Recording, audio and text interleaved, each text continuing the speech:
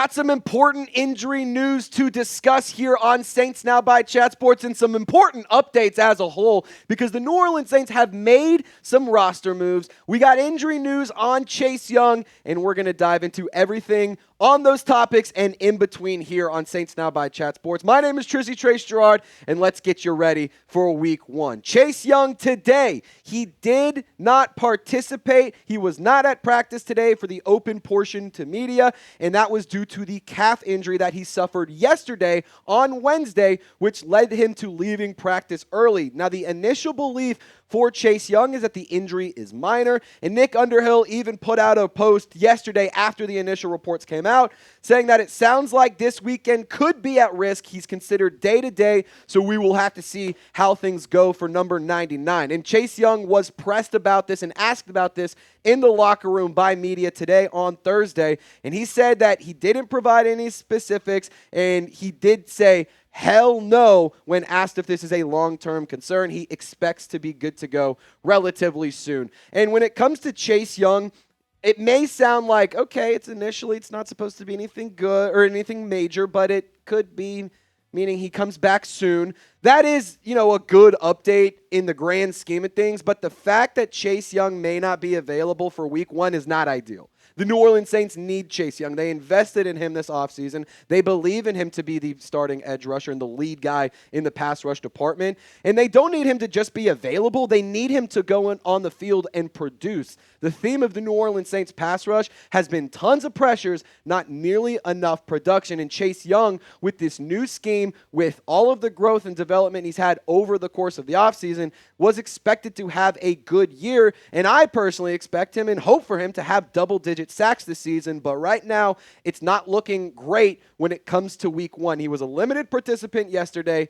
Today, he did not participate, so the downgrade is definitely something worth monitoring. Remember, the New Orleans Saints signed Chase Young to a $17 million per year deal, $33 million guaranteed. They invested in him. They believe in him. They need him on the field, and they need him to recover quickly. So if you're with me, if you want to see 99 back on the field, let's throw him some good vibes and just hit the thumbs up icon and like this video. If you want number 99, Chase Young, to recover fast, just drop a like today so we can send him a message. Now, let's take a look at the production for Chase Young because he is a very impactful player when he's on the field. And obviously, 5.5 sacks, you're going to sit here and say, that's really not all that impactful. But in case you didn't know, Chase Young last season was 5th in hurries with 47 total hurries, and he was 7th in total pressures according to Pro Football Focus. So his impact definitely will be missed if he is not able to go in week one. And like I said, I expect Chase Young to have a big year if he's available. He's set up to have a big season. He is the guy. It's going to be him, Carl Granderson, Cam Jordan, Chris Rump. They're going to have a pass rush that's led by Chase Young. That's the guy who the New Orleans Saints believe to be the pass rusher of the future. And obviously, Carl Granderson, no disrespect to him, he's just a guy who's just a little bit lower on the tier list because Chase Young has all the pedigree, has the experience, has the high qualities that you want in a dangerous edge rusher. So for me, I think that this is not an ideal situation for Chase Young, potentially missing week one. That being said, I would rather him miss week one and not get further injured than rush back, risk further injury, and have to miss significant time. Right now, it's not looking like he's going to miss significant time, but for the short term, outlook is not so good. We got more to talk about in terms of Chase Young's injury history. We got to talk about the outlook of the defensive line, who needs to step up, and of course, the injury report and some roster updates. But first, we got to tell you about today's presenting sponsor, and that is Chubbies Shorts, one of my favorite sponsors we have here at Chat Sports. I am so excited for football season, and I'm telling you what, I'm even geared up for it because of Chubbies Shorts. For a limited time, you can use our exclusive code CHATSPORTS for $10 off at chubbyshorts.com/chatsports. And yes, that does include the NFL collection. With bold designs featuring your favorite NFL team's logo, Chubbies game day gear isn't just comfortable, it's a statement. Rep your team's logo in wildly comfortable polos, wave-making swim trunks, and gym-ready mesh shorts. Yeah, you heard that right. Swim trunks with your favorite NFL team's logo on them? Oh, yeah, got to get yourself some of those. All the comfort and the swagger you need to take on every touchdown dance, chest bump, or dramatic fourth quarter crash out. Chubbies Shorts is here to make sure you look good, feel good, no matter how good or bad your football team is playing. If you're not a jersey guy, this is an elite alternative. And if you are a jersey fanatic, something tells me you're going to love the NFL collection. You can use our code CHATSPORTS at chubbyshorts.com/chatsports to get $10 off your order. Reminder, that's promo code CHATSPORTS, and that does include the NFL collection. Plug in that promo code, get $10 off your order at Chubby Shorts. All of that information is in the comments and description of this video. Support our show and tell them we sent you. Go get yourself this absolutely fresh polo. I know I'm already ordering mine, and I hope you are as well. Now, when it comes to the New Orleans Saints, for Chase Young, hopefully the injuries don't settle in and derail his season again. I mean, this was a guy coming out of Ohio State, number 2 overall selection, was expected to be the next great pass rusher and the next great defensive lineman, but injuries have been a big theme of his career, and even so much so he's missed 18 total games. In 2020, he missed 1 game due to a groin injury. In 2021 and in 2022, he missed 16 total games, only played the final 3 matches of the 2022 season. And in 2023, he missed 1 game due to a neck stinger. Worth noting, in 2024, he was available for all of the games for the New Orleans Saints, but he does have an extensive injury history, and that is something that the New Orleans Saints were not necessarily concerned with when they brought him in last year, when they kept him around this offseason. So for Chase Young, I want to see him get back on the field soon, and I hope that these injuries don't linger. Now, in terms of the defensive line, what should we expect? Well, Carl Granderson will be the starting edge rusher if Chase Young cannot go. Cam Jordan will be on the opposite side. You also have Chris Rumph in the fold. You have Fadil Diggs, Iku Leota, and a new player signed to the practice squad. That's defensive end Garrett Nelson. We'll talk a little bit more about him soon. But when it comes to Carl Granderson, I think that's the guy that you need to focus in on if Chase Young is unable to go. He will need to have a big game. Cam Jordan, I love the guy, but let's call a spade here. He isn't getting any younger. Carl Granderson is going to be your best chance at creating pressure and creating problems for Kyler Murray if Chase Young is unavailable. Young is a very athletic, very talented, very good football player. That being said, if he's not there, you're going to need to lean on Big Grando to make some plays. And for what it's worth, the reports around Chase Young this offseason were very, very positive. He had a very healthy offseason, so hopefully this really is something that doesn't linger, that is just minor, that he can bounce back from quickly, because I do think when it comes to Kellen Moore, you have to weigh the risk and the reward. The risk being, if you want to put him on the field and have a better chance to stop Kyler Murray and slow down that Cardinals offense, then you put Chase Young on the field, but the reward is you have a good game with him.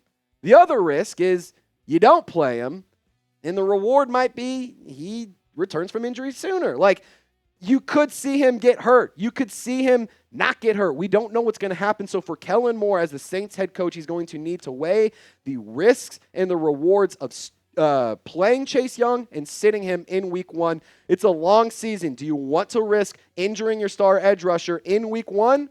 Or do you want to give yourself a better chance to win and a much better defensive line, pass rush, run-stopping squad? That's the question Kellen Moore and Brandon Staley, for that matter, have to answer. Now, to wrap up, we're going to take a look at the injury report as promised. 5 players are on the list. We also have 2 roster moves, and we're going to tell you all about them. But if you guys want to get the best Saints content by fans, for fans, this is the channel to be. So if you want to get daily news, live shows, updates, rumors, and everything else, this is your one-stop shop for all of that. Subscribe to Saints Now by Chat Sports. We're on the road to 50,000 subscribers. That doesn't happen on accident. So join our family and hit the sub button for free.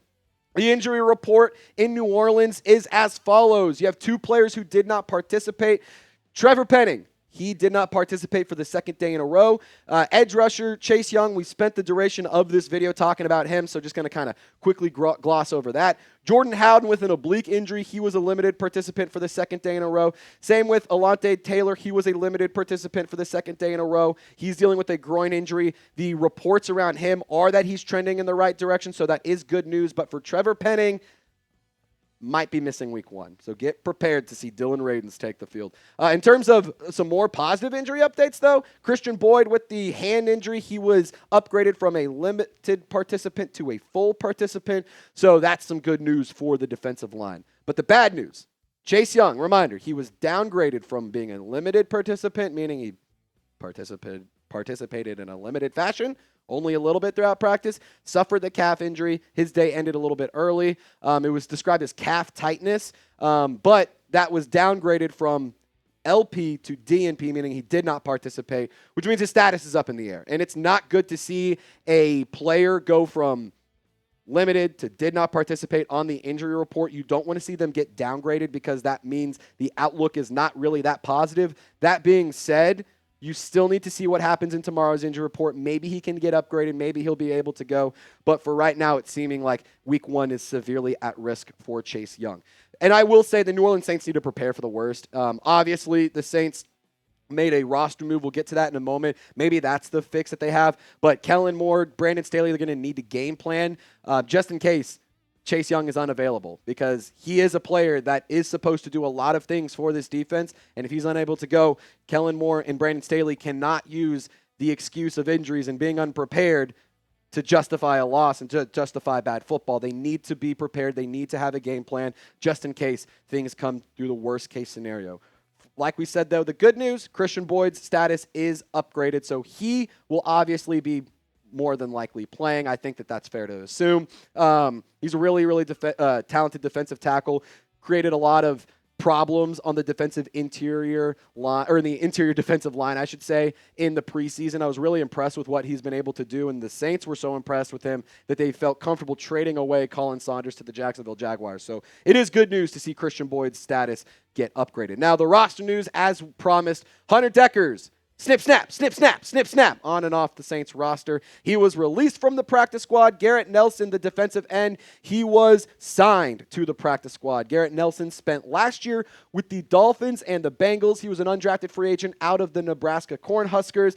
And most recently, he spent time with the Denver Broncos. No stats logged in the National Football League. In 2022, he had 5.5 sacks for Nebraska. So who knows? Maybe this is a player that does get elevated to game day on the roster. Not totally sure what will happen, but the New Orleans Saints need to be prepared in case Chase Young cannot go.